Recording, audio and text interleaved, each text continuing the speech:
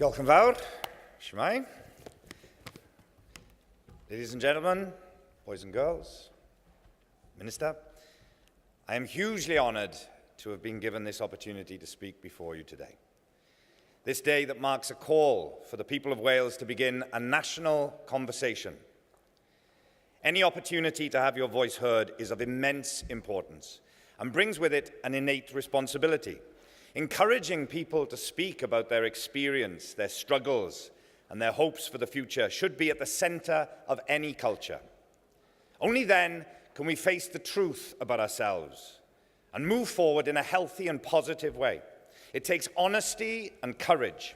It's not easy, but the benefits can be immense, creating a culture based on inclusivity and respect, of dignity and participation, where every voice feels heard and each life feels important, benefits everyone. I hope that this opportunity for us as a nation to speak our truth, to describe our experiences, to be clear about what is important to us, and to lay out our hopes for where we want to be heading, to tell our story. I hope that it will be taken up with enthusiasm and with positivity, even whilst what is being spoken may, at times, describe some harsh truths and difficult realities. We're all aware that this is an immensely challenging time in the history of our country. Financial restrictions are taking a heavy toll on everyone. Support services and access to all kinds of cultural opportunities are being eroded. I have witnessed the path that has led to me standing here this very day, being swept away behind me, making it virtually impossible for anyone to follow in my footsteps. There is no drama department in my school anymore. The West Glamorgan Youth Theatre, possibly one of the best youth theatre groups in the entire world, has had its funding cut and its existence put into grave danger. And the access that young people had to what, when I was growing up, was a flourishing and enthusiastically supported youth arts culture in the county has been severely restricted. The results of that earlier support have borne extraordinary fruit. Over recent years, we have seen television production here in Wales that has led the world in its quality and its cultural impact. The work of my fellow youth theatre member, Russell T. Davies, has quite literally revolutionised the world of televisual entertainment in this country, and with productions like Doctor Who, led to enormous creative productivity here in Wales. A few years ago, I was given the opportunity to create what was described as the theatrical event of the decade, possibly of any decade, when alongside the people of my hometown, we performed The Passion of Port Talbot for National Theatre Wales.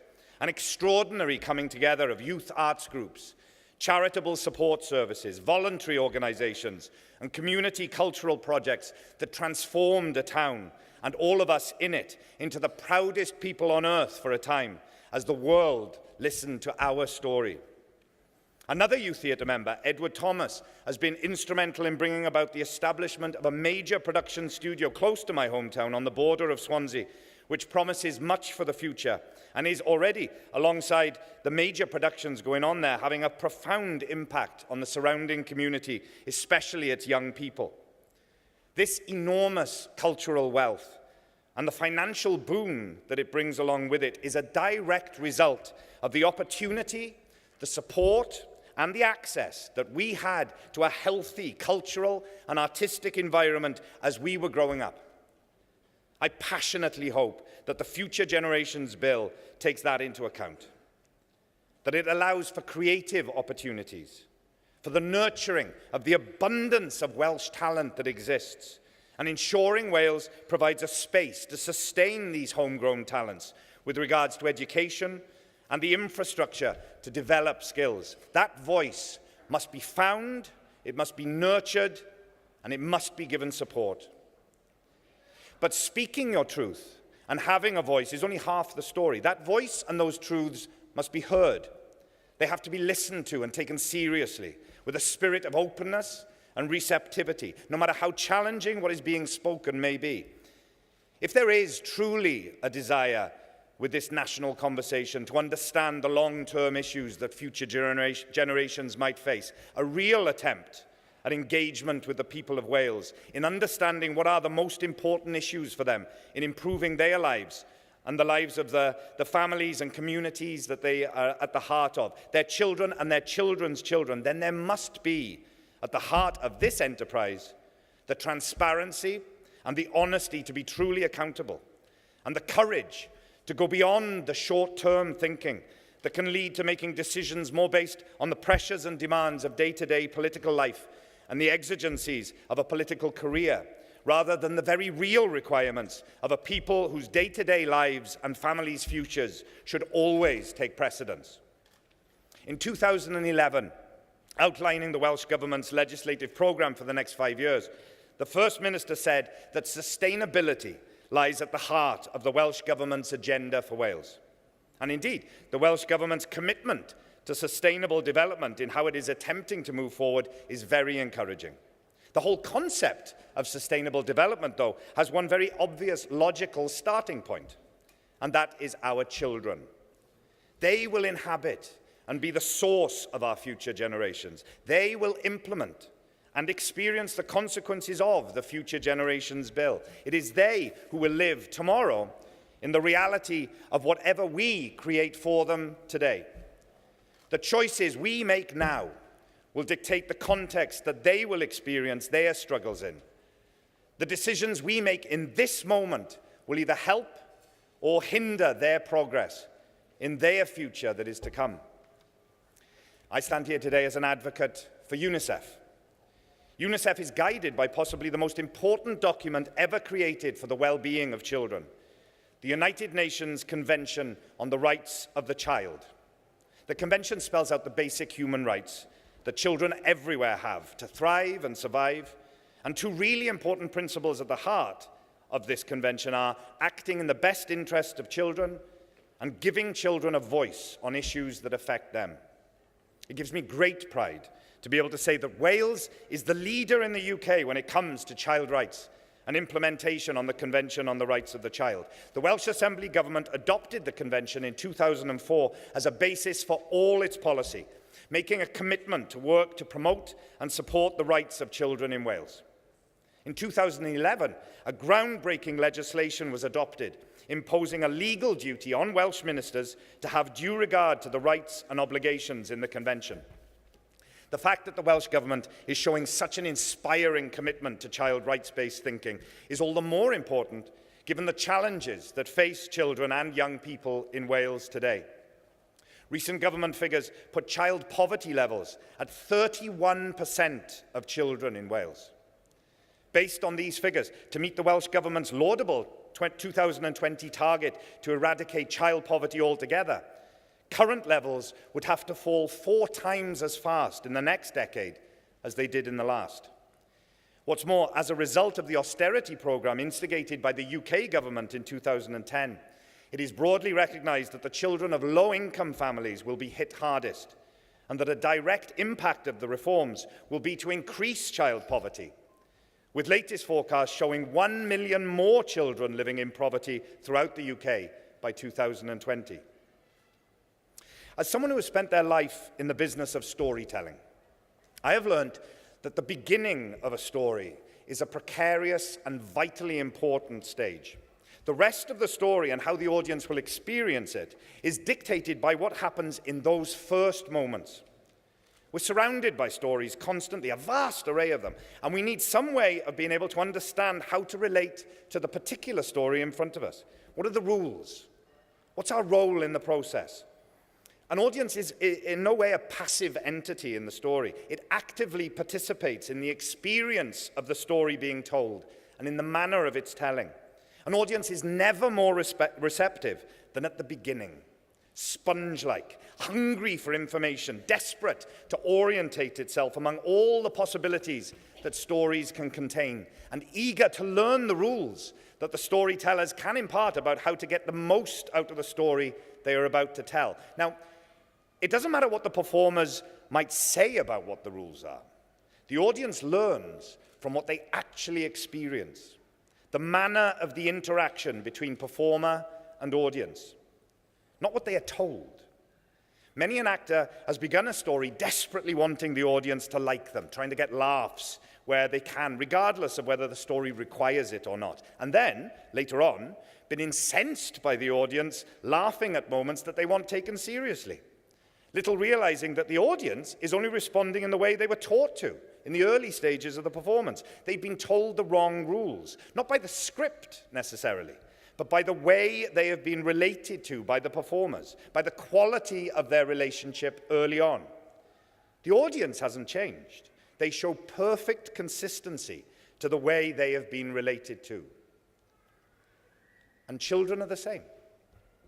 No matter what they are told about how to behave, what values they should have, what goals they should aspire to, what they actually learn from is the manner in which they are treated, how they are related to, the unspoken rules that create the reality they grow up in. If those rules are based on equality, dignity, respect, non-discrimination, and participation, not just by saying that those qualities are important, but by actually displaying those qualities in all interactions with children and young people. If those qualities are inherent in our institutions, in the way our public services function and are planned, in the very fabric of our society, then those children will truly value those qualities and principles, and they will reflect them back to their communities as they grow into adulthood.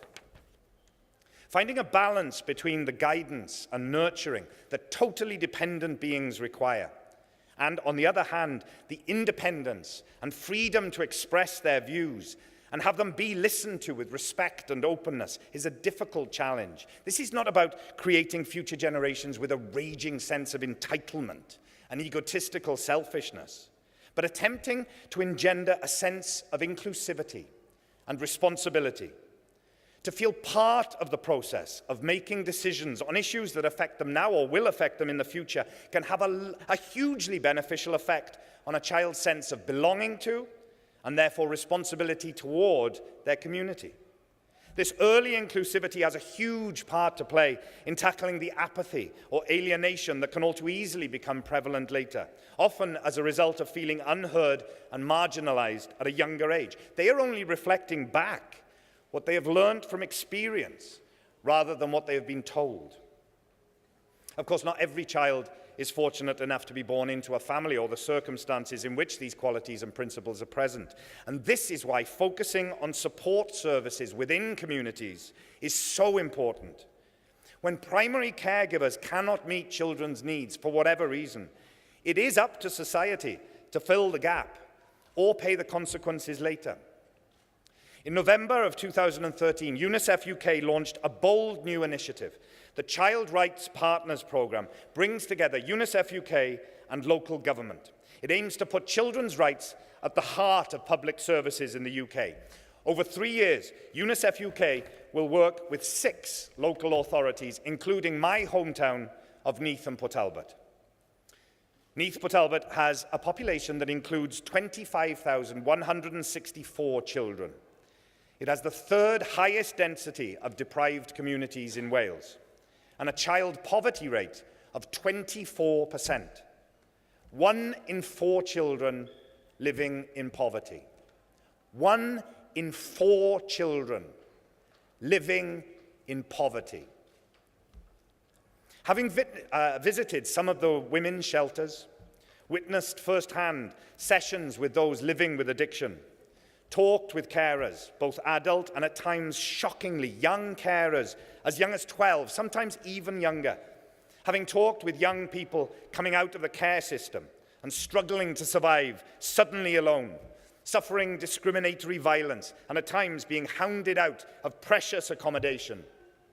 I know some of the challenges that most extraordinary community faces on a day-to-day basis.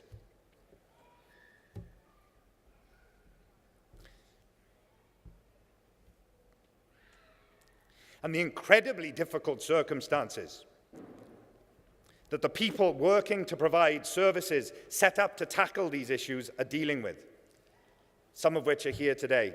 Severe underfunding being just one.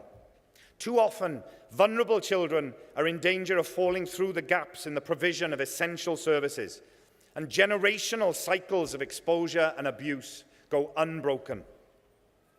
As well as partnering with the Council itself to look at the way they fund, organise and commission services for children, UNICEF will also be working with Port Talbot and Avon Women's Aid, the Welsh Centre for Action on Dependency and Addiction, and the mental health organisation Gofal Cymru.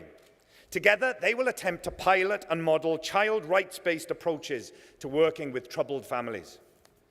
This is a bold and courageous investment in the future by Neath Port Talbot and could provide an inspiring model for the rest of the country to learn from. Incorporating the UN Convention on the Rights of the Child into domestic law is a necessary step in enabling all children, regardless of their background or circumstances, to realise all of their rights. There is no such thing as a small right. There is no hierarchy of human rights. These rights are indivisible and interrelated, with a focus on the child as a whole. The UNICEF UK Rights Respecting School Award initiative began in 2004 and has more than 1,600 primary and secondary schools in total registered for the scheme. 133 Welsh schools have been celebrated for their positive approach to children's rights. I'm visiting one, Hafod Primary School in Swansea, tomorrow morning, in fact.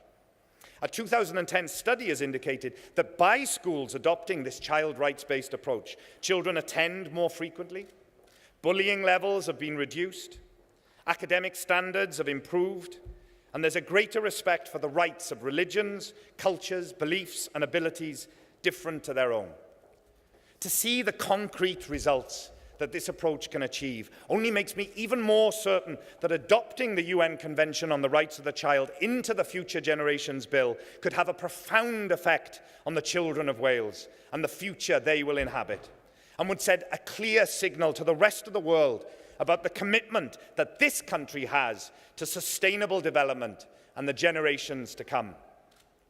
At a time when the reductions in the Welsh Government's budget are expected to amount to £1.8 billion, or 7% over 4 years, it is inspiring to see them focus so much on long-term thinking, sustainable solutions, and progressive approaches to children's rights in Wales.